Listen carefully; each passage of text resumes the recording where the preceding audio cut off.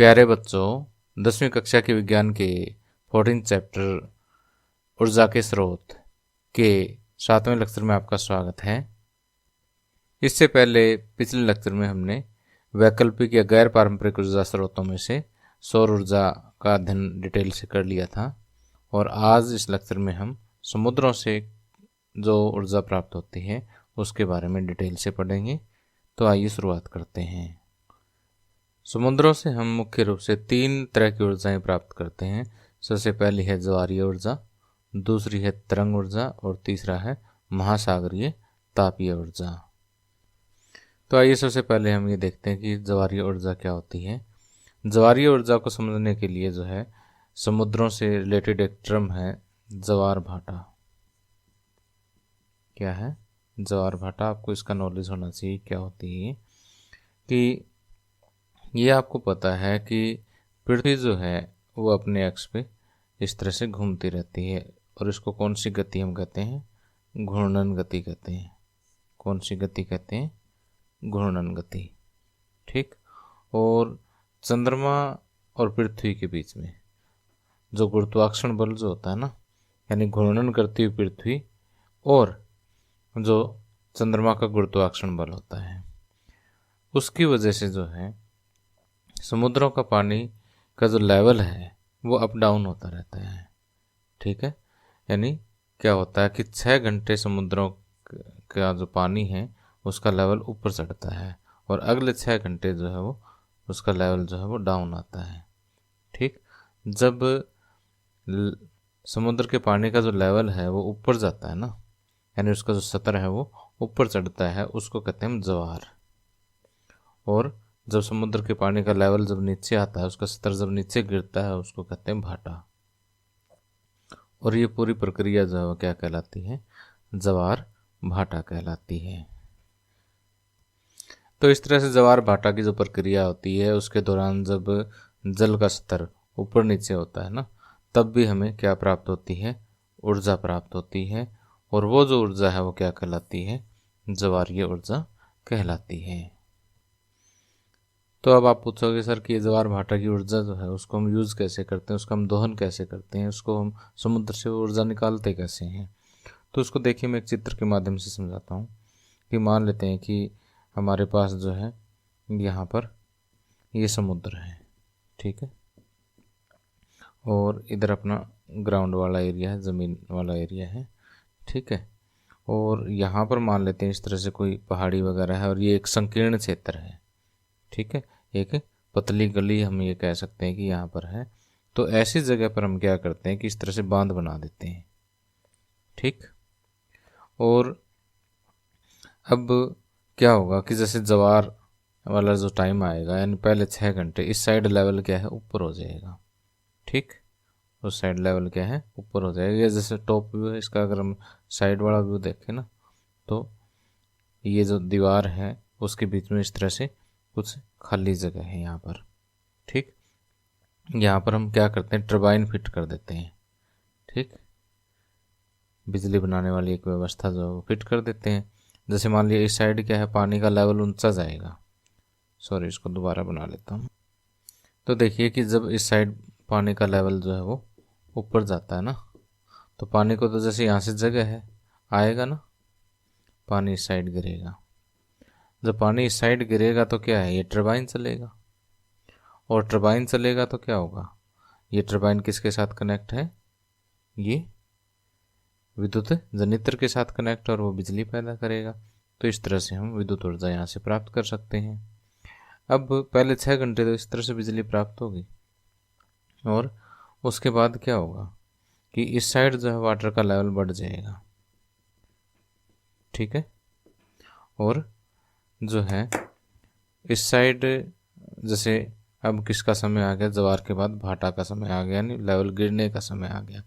और इस साइड क्या है? पानी का लेवल गिर जाएगा।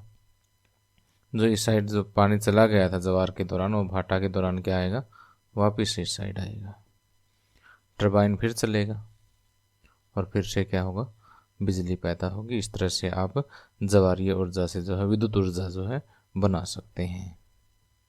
तो देखिए, जो मैंने आपको पढ़ाया है वही यहाँ पर लिख दिया है मैंने कि ज्वारीय ऊर्जा में पहले मैंने आपको ज्वार भाटा समझा दिया क्या है, और फिर जैसे ये बताया कि ज्वार भाटे में जल स्तर के चढ़ने और गिरने से हमें क्या प्राप्त होती है, ज्वारीय ऊर्जा प्राप्त होती है। उसके बाद जैसे इसका दोहन करने के लिए यानी ज्वारीय ऊर्जा प्राप्त करने के लिए हम क्या करते हैं, सागर के किसी संकीर्ण क्षेत्र में एक बांध का निर्माण करते हैं। ठीक है, बांध के द्वार पर क्या स्थापित करते हैं, टरबाइन स्थापित करते हैं, जिससे ज्वारीय ऊर्जा जो है वो विद्युत ऊर्जा में रूपांतरित हो जाती है। लेकिन इस ऊर्जा की भी एक कमी है, एक सीमा है कि क्या है कि बांध निर्मित किए जा सकने वाले स्थान जो है वो सीमित है। ये नहीं कि हमारी मर्जी आई जहाँ पर हमने बांध बना दिया और बिजली पैदा कर ली, ऐसा हमारे पास कोई छूट नहीं है। तो ये इसकी कमी है बस। अब देखिए दूसरी प्रकार की जो ऊर्जा है वो है तरंग ऊर्जा। ये तो आपको पता है कि इस समुद्र की सतह पर जो है बड़ी बड़ी लहरें उठती हैं, जिनको हम क्या कहते हैं, शुद्ध हिंदी में तरंग कहते हैं, इस तरह से। ठीक, तो ये तरंग आखिर उठती क्यों है? ठीक है, ये देखते हैं कि तरंग आखिर इतनी विशाल तरंगें जो क्यों उठती है, कि महासागर का जो पृष्ठ होता है, जो इसका जो सतह होती है, उसके आर पार जब प्रबल जो पवन बहती है ना, उसकी वजह से जो है तरंगें उठती है। ठीक, अब इस तरंग की जो गतिज ऊर्जा है, तरंग की गतिज ऊर्जा जो है उसको भी हम किस में कन्वर्ट कर सकते हैं, विद्युत ऊर्जा में। तरंग की गतिज ऊर्जा को भी हम किस में बदल सकते हैं, विद्युत ऊर्जा में बदल सकते हैं। इसके लिए जो है हम कुछ स्पेशल टाइप के जो है टरबाइन यहाँ पर कुछ इस तरह से अरेंज करते हैं कि जो इसकी गतिज ऊर्जा है वो इन टरबाइनों के अंदर ट्रैप हो जाती है। ठीक, और इसकी गतिज ऊर्जा की वजह से जो है टरबाइन जनित्र के साथ जुड़ा होता है और वहाँ से क्या पैदा हो जाती है, विद्युत ऊर्जा पैदा हो जाती है। तो बिल्कुल सिंपल सी इसमें ये 4 लाइनें आपने लिखनी है। और तरंग ऊर्जा की भी सीमाएं हैं कि इनका केवल वहीं पर व्यवहारिक उपयोग हो सकता है जहाँ पर तरंग क्या हो, अत्यंत प्रबल हो, काफ़ी स्ट्रॉन्ग जो है वो तरंगे होनी चाहिए। अगर प्रबल तरंगे नहीं होगी तो भी जो है ऐसी ये जो ऐसे संयंत्र हम वहाँ पर नहीं लगा सकते जो तरंग ऊर्जा को विद्युत ऊर्जा में बदल सके। आगे आता है हमारे पास महासागरीय तापीय ऊर्जा। महासागरीय तापीय ऊर्जा की अगर हम बात करें ना, तो क्या होता है कि समुद्र में जैसे सूर्य की ऊर्जा की वजह से, सूर्य की ऊर्जा की वजह से इसके सतह का पानी जो है गर्म हो जाता है। ठीक, जबकि जो नीचे का पानी है, लगभग अगर हम देखें कि 2 किलोमीटर का नीचे गहराई का जो पानी है वो क्या रहता है, ठंडा रहता है। ठीक, अब देखिए कि यहाँ पर ये जो टेम्परेचर का डिफरेंस होता है ना, उसी वजह से हम जो है इस ऊर्जा को उपयोग कर पाते हैं। और ये जो ऊर्जा जो होती है ना, इसको हम कहते हैं ओशियन थर्मल एनर्जी, यानी महासागरीय तापीय ऊर्जा। इस तापीय ऊर्जा को हम किस में बदलते हैं, विद्युत ऊर्जा में बदलते हैं। किस में बदलते हैं, विद्युत ऊर्जा में। कैसे बदलते हैं, इसके लिए हम एक तापीय ऊर्जा रूपांतरण विद्युत संयंत्र लगाते हैं, OTEC, ocean thermal energy conversion plant. ठीक, ocean thermal energy conversion plant. Ocean मतलब समुद्र, थर्मल एनर्जी यानी तापीय ऊर्जा, कन्वर्सन मतलब रूपांतरण, प्लांट संयंत्र। OTEC के द्वारा जो है इस तापीय ऊर्जा को हम किस में बदल देते हैं, विद्युत ऊर्जा में बदल देते हैं। तो जैसे मैंने आपको बताया कि यहाँ पर ये प्लांट तभी लगाया जा सकता है जब 2 किलोमीटर की गहराई में कम से कम 20 डिग्री सेल्सियस का अंतर हो। यानी यहाँ का टेम्परेचर का अंतर कितना होना चाहिए, कम से कम 20 डिग्री सेल्सियस का अंतर होना चाहिए। तो ऐसी स्थिति में हम क्या करते हैं कि जो यहाँ पर गर्म पानी होता है ना, उससे हम कुछ वाष्पशील द्रव जैसे अमोनिया है, अमोनिया को हम गर्म करते हैं।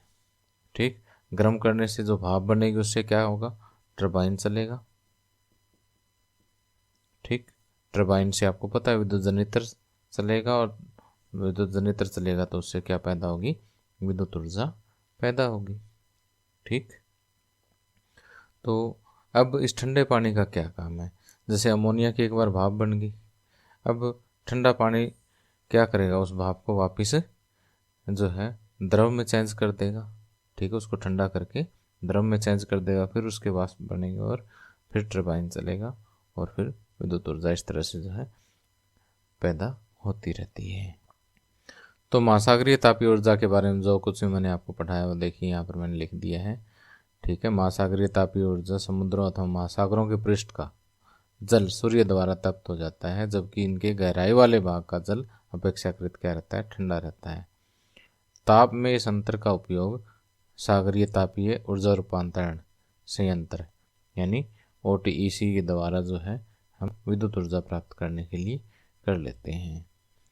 अब ये भी मैंने आपको बताया था, कंडीशन क्या है कि 2 किलोमीटर का अंतर हो और कम से कम 20 डिग्री सेल्सियस का टेम्परेचर का अंतर होना चाहिए।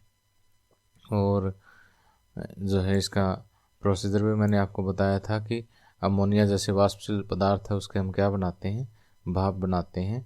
ठीक है, और उससे क्या करते हैं? टरबाइन चलाते हैं, टरबाइन जनरेटर को चलाएगा और उससे क्या होगा? विद्युत ऊर्जा पैदा होगी। ठीक, और फिर वापस जो ठंडे स्थान पर जो ठंडा जल है उसको खींच करके अमोनिया की जो वाष्प है उसको फिर संघनित कर लेते हैं, फिर उसको वापस द्रव में बदल लेते हैं।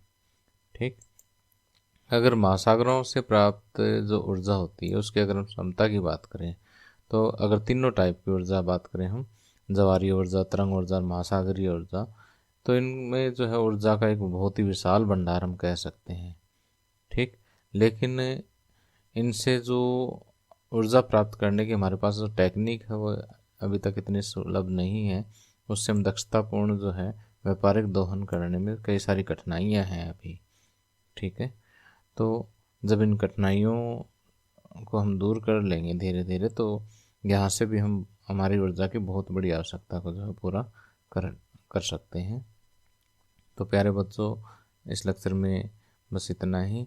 अगले लेक्चर में फिर हम नाभिकीय ऊर्जा के बारे में पढ़ेंगे और इस चैप्टर के जो NCERT क्वेश्चंस हैं उनको हम डिस्कस करेंगे। तो आपको मेरा लेक्चर कैसा लगा मुझे कमेंट करके ज़रूर बताना। Thank you, have a nice day.